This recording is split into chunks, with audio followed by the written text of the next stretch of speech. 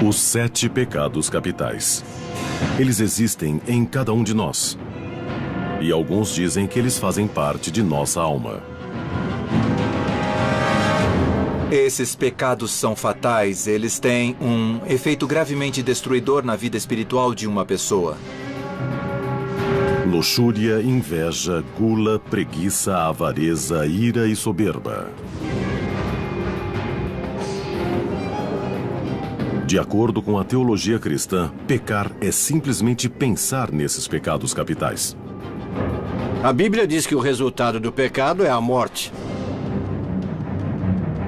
Cada um desses pecados tem uma história secreta revelando como eles se tornaram capitais. Os 7 pecados capitais tiveram um enorme impacto na história, na sociedade e em nossa alma. Você não pode transgredir a lei moral de Deus sem que alguém pague um preço terrível por isso. E o mais paradoxal dos 7 pecados capitais é a gula. Gula. Na teologia cristã, os 7 pecados capitais são de grande importância. Contudo, estranhamente, a lista não aparece na Bíblia Sagrada. Eles surgiram pela primeira vez nos mosteiros do Egito, mais de 300 anos depois do Novo Testamento ter sido escrito. Por volta de 375 d.C., um monge chamado Evagrius Ponticus começou a fazer uma lista das muitas tentações da alma humana, estreitando e refinando a lista até resumi-las mais perigosas. Evagrius acreditava que havia 8 tentações terríveis que poderiam levar a humanidade para o inferno. Para Evagrius, a gula era um pecado porque comer demais afetava a capacidade das pessoas rezarem. Ele escreveu: assim como a neblina esconde os raios do sol, o excesso de comida embota a mente. As 8 tentações de Evagrius ficariam conhecidas apenas por monges. Até 590 d.C. Naquela época, o Papa Gregório o Grande diminuiu a lista para 7. Mudou os seus nomes de tentações para pecados e proclamou que eram capitais. Para o Papa Gregório, a gula era mortífera para a vida física e espiritual. Ele escreveu: o estômago, quando não é reprimido, destrói as virtudes da alma.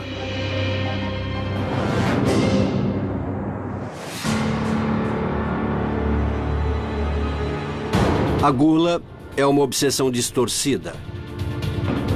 Uma obsessão pervertida em que a comida é o objeto do nosso prazer. De pessoas que vivem para comer em vez de comer para viver. As origens do pecado da gula remontam a bem antes da tradição cristã.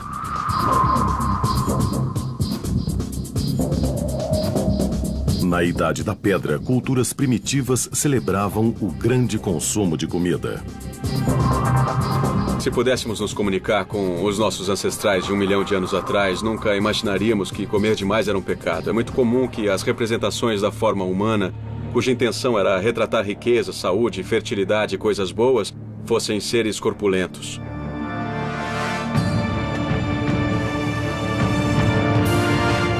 O pecado da gula nasceu na tradição greco-romana dos vícios e virtudes. Os gregos clássicos idolatravam um corpo em forma e tonificado. Mas, ao mesmo tempo, também compartilhavam os prazeres do paladar. A expansão do Império Romano trouxe uma variedade de pratos exóticos e prazerosos a Roma. E assim, a elite servia banquetes exuberantes que ingeriam com gosto. Os mitos populares afirmam que esses banquetes decadentes eram interrompidos por visitas ao vomitório, um lugar onde se podia vomitar para abrir espaço para mais comida e bebida. Na realidade, um vomitório era uma passagem saindo de um anfiteatro. O vomitório era para onde se empurrava as pessoas, era uma passagem para que pudessem sair do anfiteatro.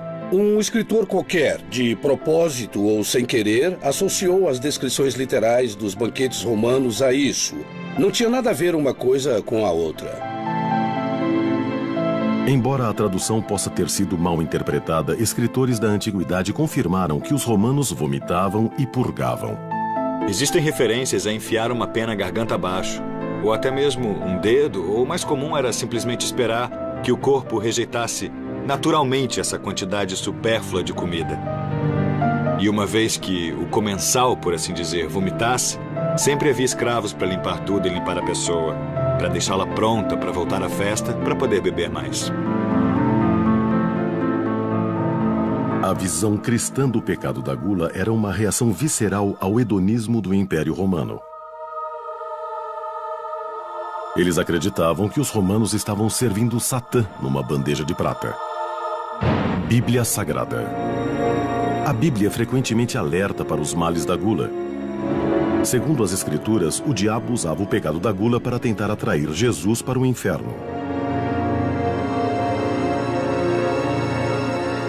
Jesus jejuou por 40 dias e 40 noites no deserto. E aí, Satã veio tentá-lo. E a primeira tentação foi a gula. Ele disse, transforma estas pedras em pão e enche a sua barriga. E Jesus disse, não, nem só de pão vive o homem, mas pelas palavras que saem da boca de Deus. Então a ideia de fazer a distinção entre o que entra e sai da boca acaba sendo muito importante. A tradição cristã diz que a gula é um pecado porque nos afasta do caminho da retidão. A gula é um pecado contra o próprio corpo, contra a própria morada da pessoa onde Deus deveria viver. E é literalmente um desejo de morte. Deus deveria ser o foco da sua atenção. E se você passa o tempo todo pensando em comida, então está ignorando Deus.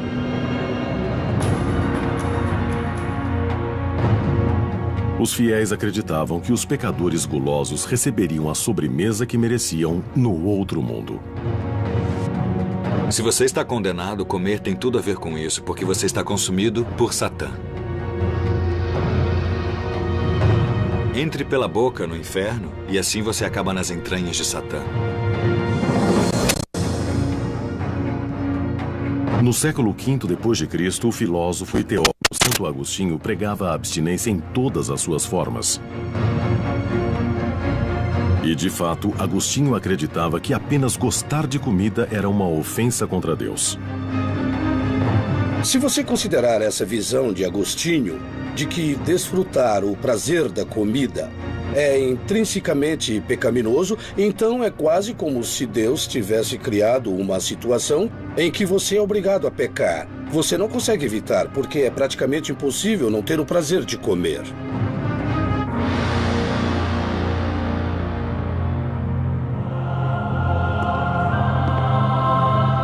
No século IV, a emergência do movimento monástico cristão pôs em destaque as preocupações sobre abandonar-se aos sentidos. Esses homens de Deus escolheram uma existência frugal e enclausurada em mosteiros, negando qualquer gratificação ao corpo. Ocorre a formação do monasticismo ocidental e do regime de São Benedito, o advento de muitas regras sobre comida e bebida, o quanto e quando se come. Você tem que jejuar em determinados momentos, não deve beber mais do que uma determinada quantidade de vinho e não pode comer carne e esse tipo de coisa. E eles perceberam uma preocupação excessiva com os prazeres carnais, como comer e beber. Coisas que nos tornam menos humanos e mais parecidos com os animais, e, portanto, consideravam isso um pecado. No século VI, o Papa Romano Gregório o Grande não só fez uma lista formal dos 7 pecados capitais, mas o pontífice também proclamou que havia 5 maneiras muito específicas de cometer o vício da gula. Comer demais, a forma de gula que mais conhecemos. A gula, nesse sentido, equivalia a roubar dos pobres e famintos. Comer fora de hora também era um ato de gula. Havia horários certos para comer e você não deveria fazer lanches. Também era considerado pecado querer que sua comida fosse preparada de uma maneira muito particular, muito precisa ou exigente, querer que sua comida estivesse daquele jeitinho. Isso era considerado gula porque dava importância demais à comida. E você também poderia pecar pelo apetite, pelo seu grau de avidez, quando você pensa em comida o tempo todo.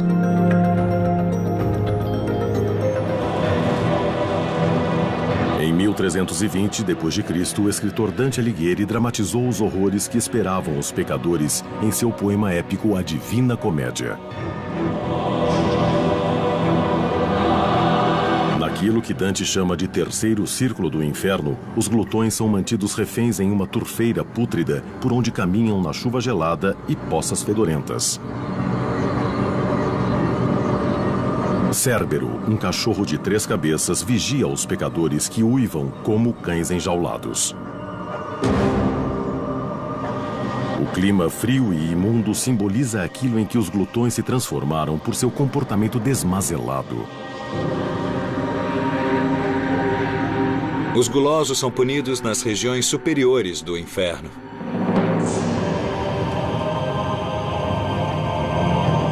Chaco, o glutão florentino, ficava sentado lá em uma pilha nojenta de sujeira.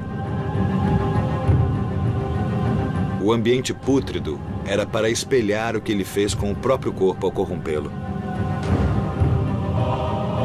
Então, o inferno é um lugar de desconfortos extremos. Tem fogo, tem gelo, tem tudo de ruim, tudo de desagradável. Dentre todos os pecados capitais, a gula parece ser o mais conflituoso. É um dos pecados mais fáceis de cometer e o mais difícil de superar. Por isso a gula é tão singular. Você pode até ser virgem e não fazer sexo de jeito nenhum. Mas da comida você não escapa. Ou você morrerá. Você tem que se alimentar regularmente.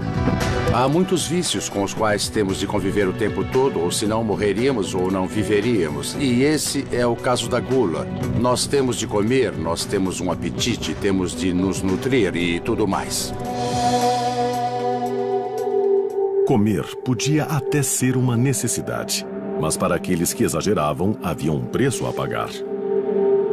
E em alguns mosteiros medievais, essa verdade não impediria que alguns deixassem de ser glutões.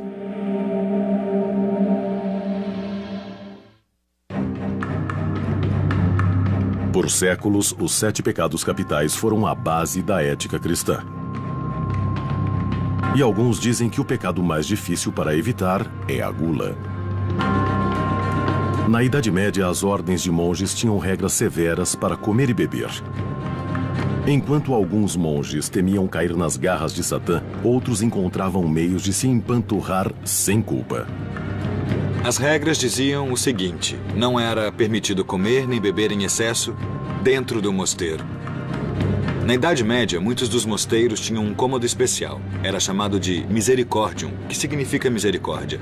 E eles diziam: este cômodo aqui não faz parte do mosteiro. É como uma embaixada do mundo exterior. Então, você passava pela porta e de repente não estava mais no mosteiro. Os monges se apinhavam lá dentro e se empanturravam de comida e bebida. Tomás de Aquino, um frei do século XIII, alertou sobre o perigo de sucumbir ao pecado da gula. Ele acreditava que o pecado era um convite a outros vícios, especialmente a luxúria, a ira e a preguiça. Ele era o portal para os outros pecados. Todos estão interligados e quando você peca de um jeito, é mais do que provável que vá pecar de outro. Por causa de seu desejo descontrolado por comida e bebida, você pode se iniciar em toda uma série de atividades pecaminosas como roubar ou mentir. Quando eu era bem novo, eu costumava roubar dinheiro da bolsa da minha mãe para poder sair e comprar barras de chocolate, que eu simplesmente amava. E esse, com certeza, é um bom exemplo de como a gula me levou a ser um ladrãozinho. A lenda medieval de João de Beverly demonstra bem a teoria de Tomás de Aquino sobre o perigo do pecado da gula. A história conta que um homem fez um acordo com o demônio que o obrigou a escolher entre 3 pecados: a gula, o estupro e o assassinato. Pensando que seria o pecado menos ofensivo, o homem escolheu a gula na forma de bebedeira. Ele disse: acho que só vou me embebedar, porque eu acho que dou conta, eu já fiz isso antes. Mas o que aconteceu foi que ele ficou bêbado, foi tropeçando para casa, entrou no quarto errado e viu uma mulher na cama dele. Sem perceber que era a própria mãe, o pecador embriagado se impôs. Ele foi interrompido pelo pai, mas em seguida o matou.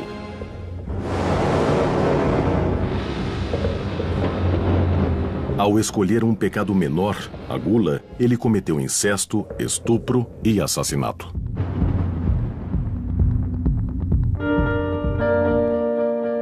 Um certo dia, por volta do ano 1200 d.C., teólogos cristãos tentaram curar a sociedade dos 7 pecados capitais, criando uma lista de opostos, chamados 7 virtudes celestiais.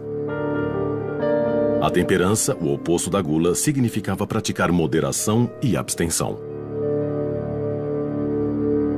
Numa tentativa de se refrear, São Francisco de Assis, o frei católico do século XIII, bolou um jeito esperto para diminuir o entusiasmo dele à mesa. Frequentemente, ele espalhava cinzas sobre a sua comida para diminuir o sabor.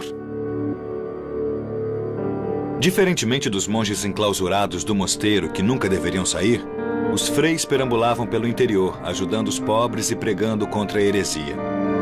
Frequentemente, as pessoas os hospedavam porque diziam que estavam fazendo o trabalho de Deus.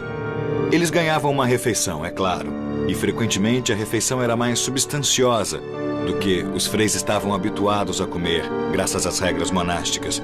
E Francisco dizia: vocês têm que comer, porque é grosseiro dizer lamento, sou puro demais para comer. Mas o que vocês podem fazer é espalhar cinza sobre ela quando ninguém estiver olhando, para não desfrutarem tanto dela. Alguns levavam a temperança ao extremo. As Santas Catarina de Siena, Clara de Assis e Verônica passavam fome por Deus.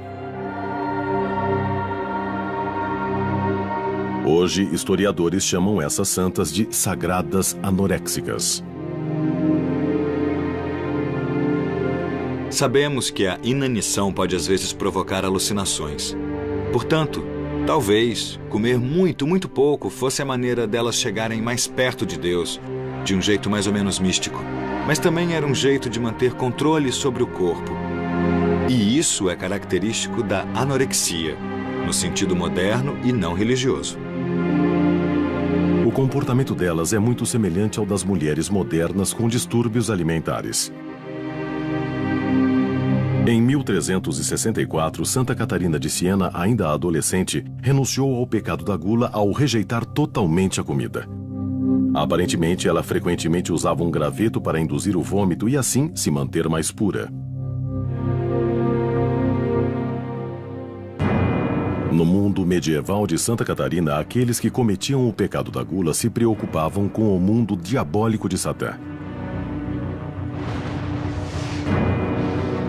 E esse medo era exacerbado pelos artistas que preenchiam as suas telas com imagens de punições severas pelos pecados.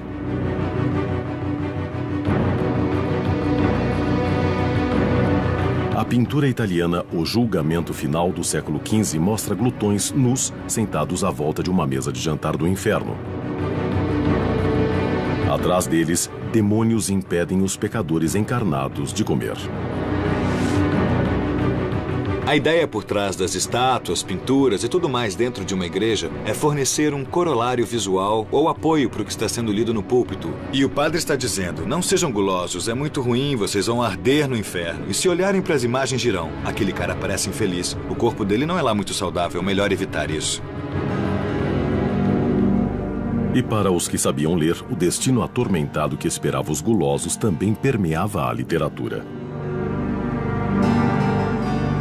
Centenas de obras religiosas oferecem uma leitura parecida com um livro moderno de autoajuda.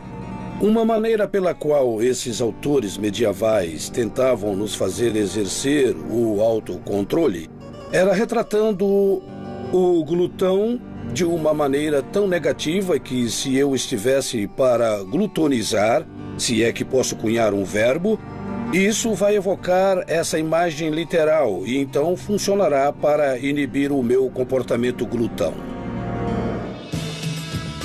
Enquanto a cristandade condenava a gula, o judaísmo não reconhecia o pecado formalmente.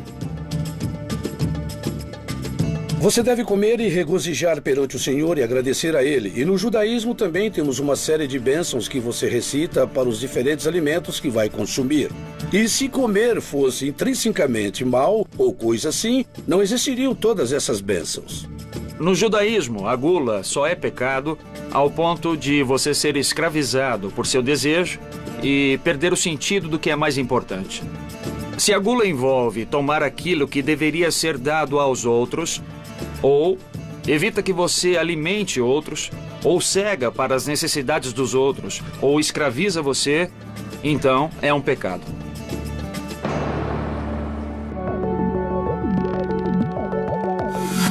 Quer a gula fosse ou não um pecado, antigos escritos judaicos, tais como o livro de Judite, alertavam que ao beber e comer você podia ficar encrencado.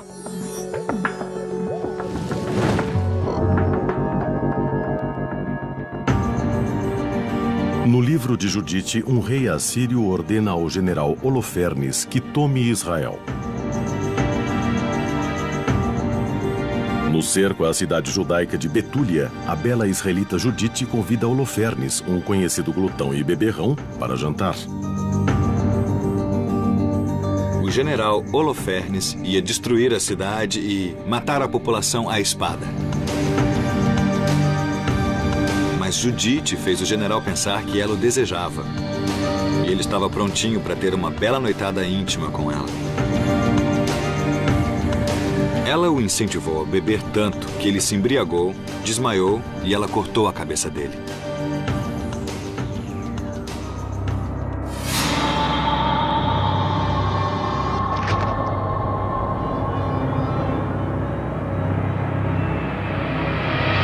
Desse jeito, Judite salvou seu povo e sua cidade.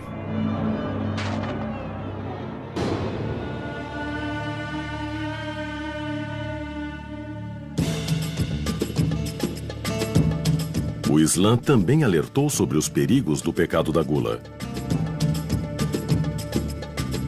No Islã, a gula é um pecado. O Alcorão diz claramente: coma e beba, mas não se exceda. Não ultrapasse os limites, não desperdice.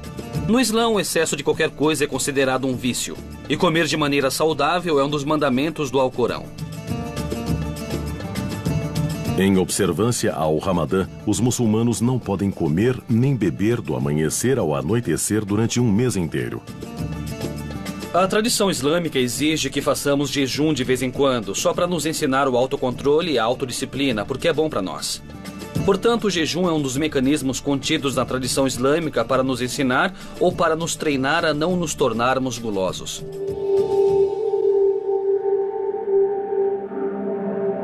Os cristãos também praticam o jejum e as orações como penitência pelo pecado da gula. A época da Quaresma celebra os 40 dias que Jesus jejuou no deserto. E para acompanhar a natureza paradoxal da gula, alguns cristãos celebram a chegada da Quaresma com o Carnaval, um festival de comilança e bebedeira que dura 3 dias. Será um longo período de jejum e de penitência e nenhuma diversão mesmo, e isso até a Páscoa. Então, parece ter havido uma realização por parte das autoridades eclesiásticas de que era preciso deixar as pessoas porem tudo para fora. Nós gostamos de nos soltar de vez em quando, e quando as pessoas são proibidas de fazer esse tipo de coisas, elas ficam muito infelizes e rápido. No século XVI, quando a reforma protestante se espalhou pela Europa, a Quaresma era considerada uma instituição católica romana e foi usada como alvo. Os protestantes acharam útil politicamente fazer pouco das festividades gastronômicas do Carnaval e o fato de que não é um feriado cristão oficial. Você não acha nada na Bíblia protestante sobre o Carnaval e a Quaresma e coisas assim. Os reformistas se livraram disso porque também eram épocas de celebração e banquetes com muita comida e bebida e aqueles comportamentos que rolam quando você bebe demais. Por séculos, grande parte da vida no oeste europeu era governada pela doutrina cristã. Mas com o advento da Renascença, uma aristocracia decadente anunciaria uma evolução no pecado da gula.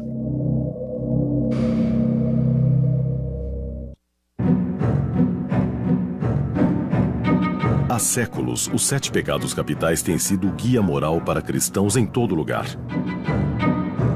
Através da instituição de jejuns religiosos e proibição de alimentos, a Igreja medieval tentou controlar o pecado da gula.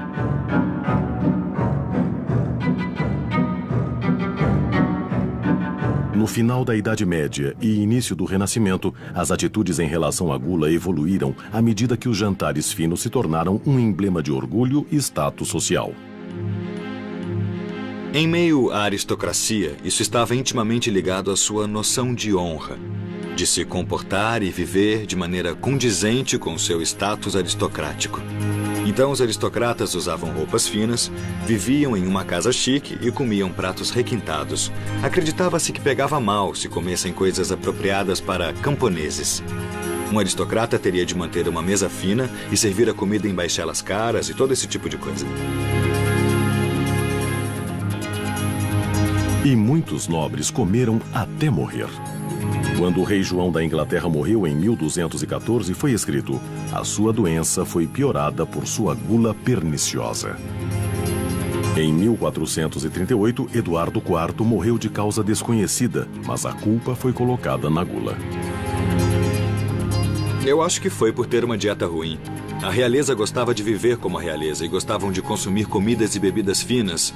Mas isso frequentemente excluía os alimentos que hoje sabemos ser muito mais saudáveis.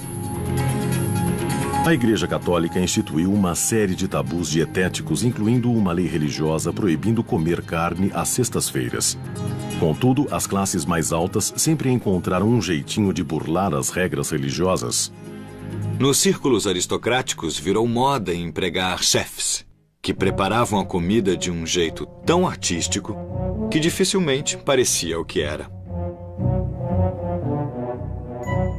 Digamos, por exemplo, que fosse a época da quaresma. Você não podia comer carne, deveria comer peixe. Então, o duque de alguma coisa trazia um rosbife enorme e os comensais diziam: "Santo Deus, como pode nos servir isso?" Ao que ele respondia: "Experimentem, isto é feito de peixe."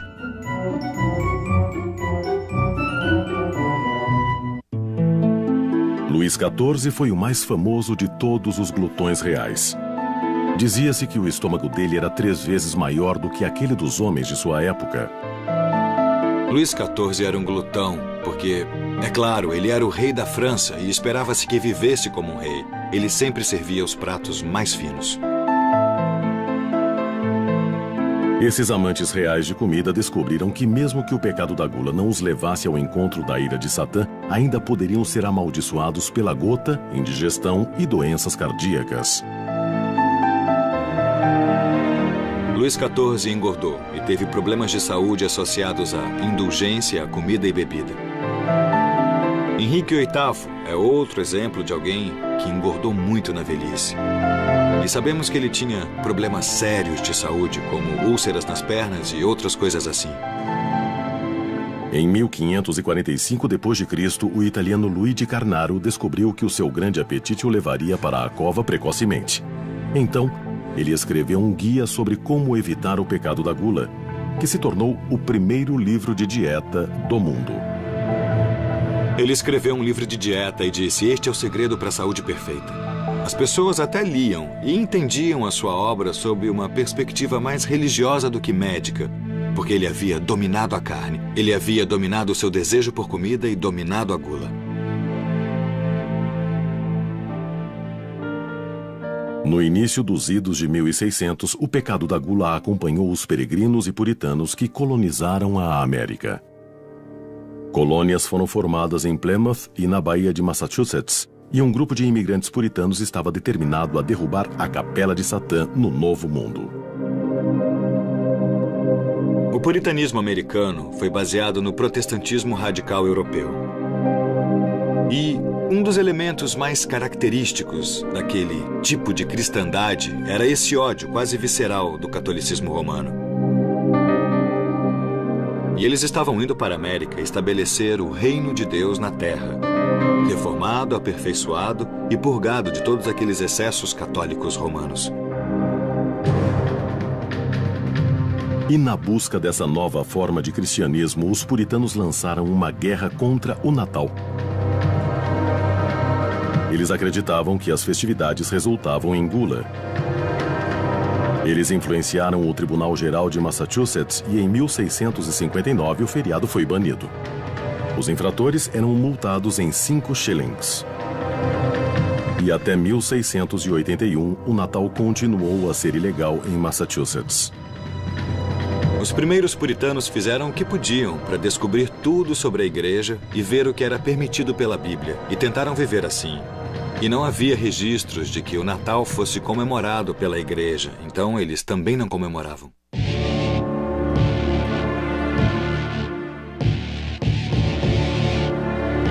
Nos Estados Unidos, no século XIX, a gula se tornou um problema social. Alguns acreditavam que a embriaguez era um dos piores aspectos do pecado da gula.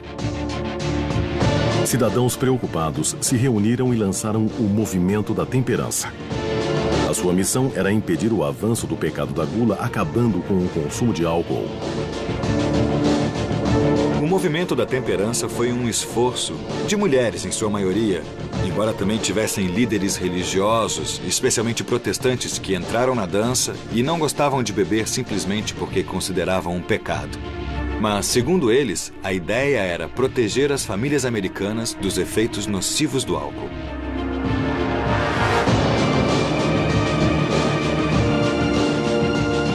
O Movimento da Temperança ajudou a criação da Lei Seca, que tornou o consumo de álcool ilegal de 1920 a 1933. Aquilo que começou como um movimento religioso contra o pecado da gula mais de 100 anos antes, culminou na 18ª emenda da Constituição norte-americana. Havia essa união perfeita de líderes religiosos, esposas iradas e um governo que queria mais dedicação e produtividade dos trabalhadores em geral. Se você se livra da bebida, pode realizar todas essas coisas. Esse foi o Movimento da Temperança e essa foi a Lei Seca. A Lei Seca não foi capaz de impedir a gula e a embriaguez. Olhem aqui. Quando Jesus Cristo foi crucificado nesta cruz, vocês todos perderam. Alguns acreditavam que o pecado da gula tinha um mestre satânico mais poderoso, e eles acreditavam que alguns gulosos estavam possuídos pelo demônio. Saia! Saia!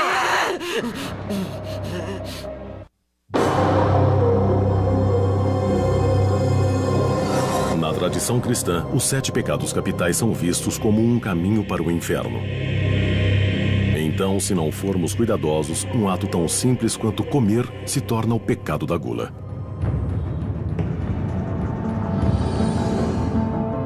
O demônio da gulodice é Beelzebu, ou o Senhor das Moscas. Alguns cristãos consideravam o demônio incorporado nas moscas como o responsável por fazer as pessoas se tornarem gulosas. Para um pecado ser pecado, tem de ser um ato do livre-arbítrio. O demônio pode até sugerir, mas nós temos de cometê-lo. E o trabalho deles é tentar os humanos a cometer pecados. Mas é claro que isso não deve nos levar a concluir que é culpa do diabo ou que o diabo nos obrigou a fazê-lo. Olhem para isto. Olhem para isto! O pastor Bob Larson discordaria. Ele acredita que os demônios frequentemente são a origem do pecado, cuja única cura é um exorcismo. O pastor que é exorcista afirma ter poderes especiais para purgar as vítimas que ele afirma estarem possuídas por demônios. Um homem enorme de mais de 130 quilos manifestou demônios em um dos nossos seminários. E quando perguntei ao demônio o nome dele, ele disse comida. O demônio da gula disse: eu me chamo comida porque eu encho ele de comida e doença. O pastor exorciza os possuídos com orações e símbolos religiosos. Às vezes, eu simplesmente insulto o demônio. Eu posso insultar um demônio olhando a pessoa possuída bem no fundo, nos olhos e na alma, e dizendo: bom, Satã, você fez um ótimo trabalho com esta pessoa. Na religião cristã, a crença na sina é forte. Mas outros acreditam que a gula pode ser uma necessidade evolutiva. Em outras culturas, os perigos físicos e morais do pecado da gula foram sobrepujados pelas necessidades de sobrevivência.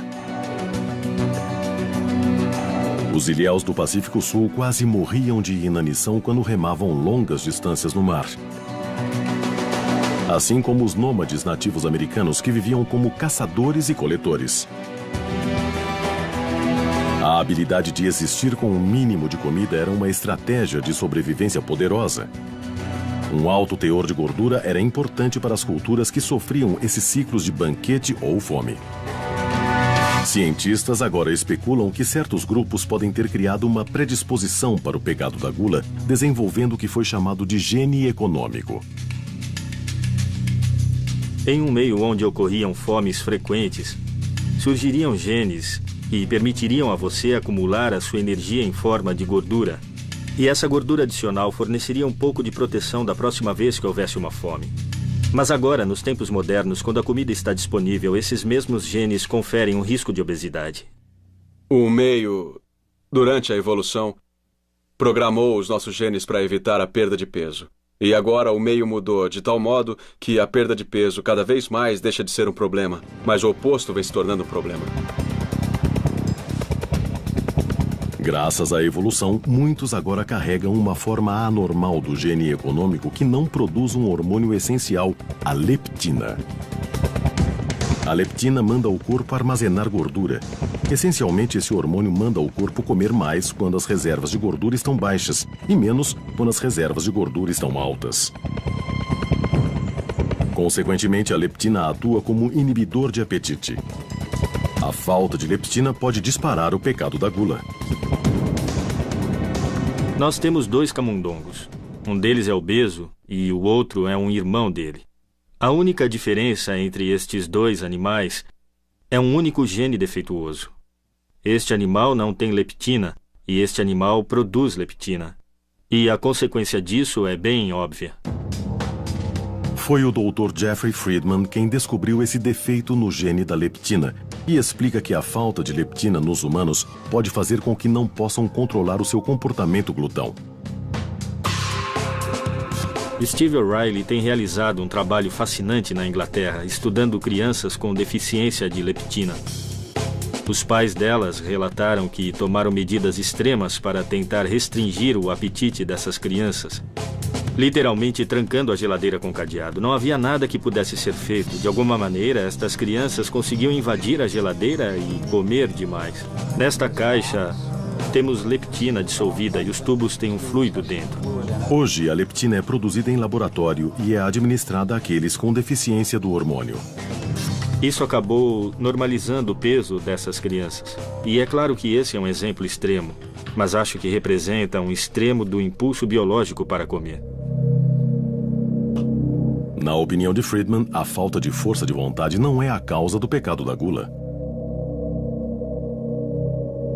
Algumas pessoas podem olhar para este camundongo ou para uma criança com deficiência de leptina e dizer que aquele indivíduo ou este camundongo é guloso. Mas é claro que, nesses casos, sabemos qual é a base desse comportamento. É uma deficiência do hormônio leptina.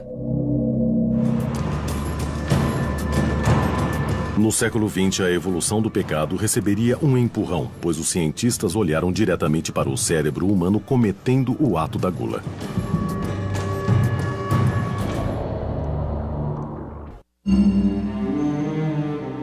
Os 7 pecados capitais têm sido um padrão de moralidade para os cristãos há mais de 1000 anos. Essa lista de 7 itens foi criada para alertar os fiéis de que até mesmo o instinto mais básico de comer pode levar ao pecado capital da gula. O século XX anunciou uma mudança na percepção da gula.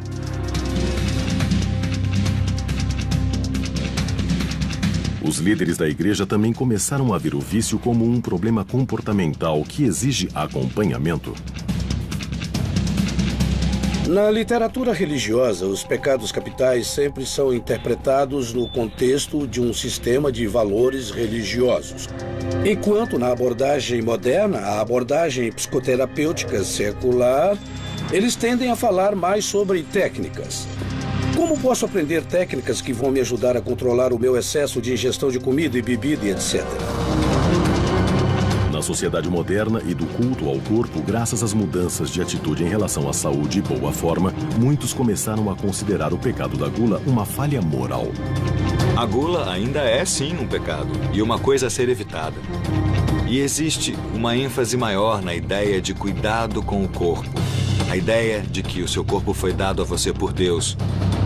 E quando você come e bebe demais, você arruína a sua boa saúde. A doutora Ellen Shore realizou experiências para mostrar que no decorrer da história, os humanos sempre tiveram menos controle sobre o pecado da gula do que achavam. Se você está tentando entender a gula ou a gulodice, precisa entender que esse é um processo biológico. Somos essencialmente programados não só para ser atraídos por comidas altamente calóricas, como para gostar delas. E que esse sistema foi criado para garantir que ingeríssemos calorias adequadas para sobreviver. A doutora Shore mostrou fotos de vários alimentos a objetos de estudo humanos. O seu objetivo era ver como as áreas do cérebro respondem ao estímulo visual de alimentos. Uma das categorias é de alimentos que considero de baixa caloria ou alimentos saudáveis. Outras fotos são o padrão. Alimentos altamente calóricos, que são as sobremesas e também os doces. As experiências revelaram que a reação a certos alimentos é forte, poderosa e automática. O que nós acabamos descobrindo é que o cérebro responde mais às fotos de pratos altamente calóricos do que aos pratos de baixa caloria. Em certo sentido, o que estamos fazendo é lançar o instinto biológico contra o instinto cognitivo mais alto. E a questão é esta: qual deles vence? Para alguns, a secular tradição de reprimir o desejo pelos melhores pratos e vinhos está morrendo. Em nossa sociedade, alguns abraçaram o desejo por alimentos altamente calóricos. Hoje, o gourmet é considerado uma pessoa refinada. Temos chefes famosos e achamos que as pessoas que apreciam comidas finamente preparadas, raras ou caras, têm um apetite sofisticado. E essas pessoas devem ser imitadas. Então, Gregório diria, não, isso aí é gula. Os glutões modernos não se preocupam em passar a próxima vida no inferno, mas sim o inferno na Terra. A Organização Mundial da Saúde afirma que a obesidade agora é uma pandemia mundial que afeta mais de 115 milhões de pessoas. E o pecado da gula pode ser um dos culpados. Embora gula não seja sinônimo de obesidade, nem todos que têm essa preocupação são necessariamente obesos. Mas é óbvio que existe uma correlação entre comer excessivamente e a obesidade. Ironicamente, essas mesmas organizações globais apontam para o oposto da gula, a fome. Enquanto 115 milhões engordam, 2 bilhões enfrentam a inanição. Muitos de nós vivem no contexto da gula. Ela nos cerca, não só através da possibilidade de comer o que quisermos em qualquer quantidade, mas estamos vendo claramente o resultado de viver tão bem demais, em um mundo onde existem tantos outros empobrecidos.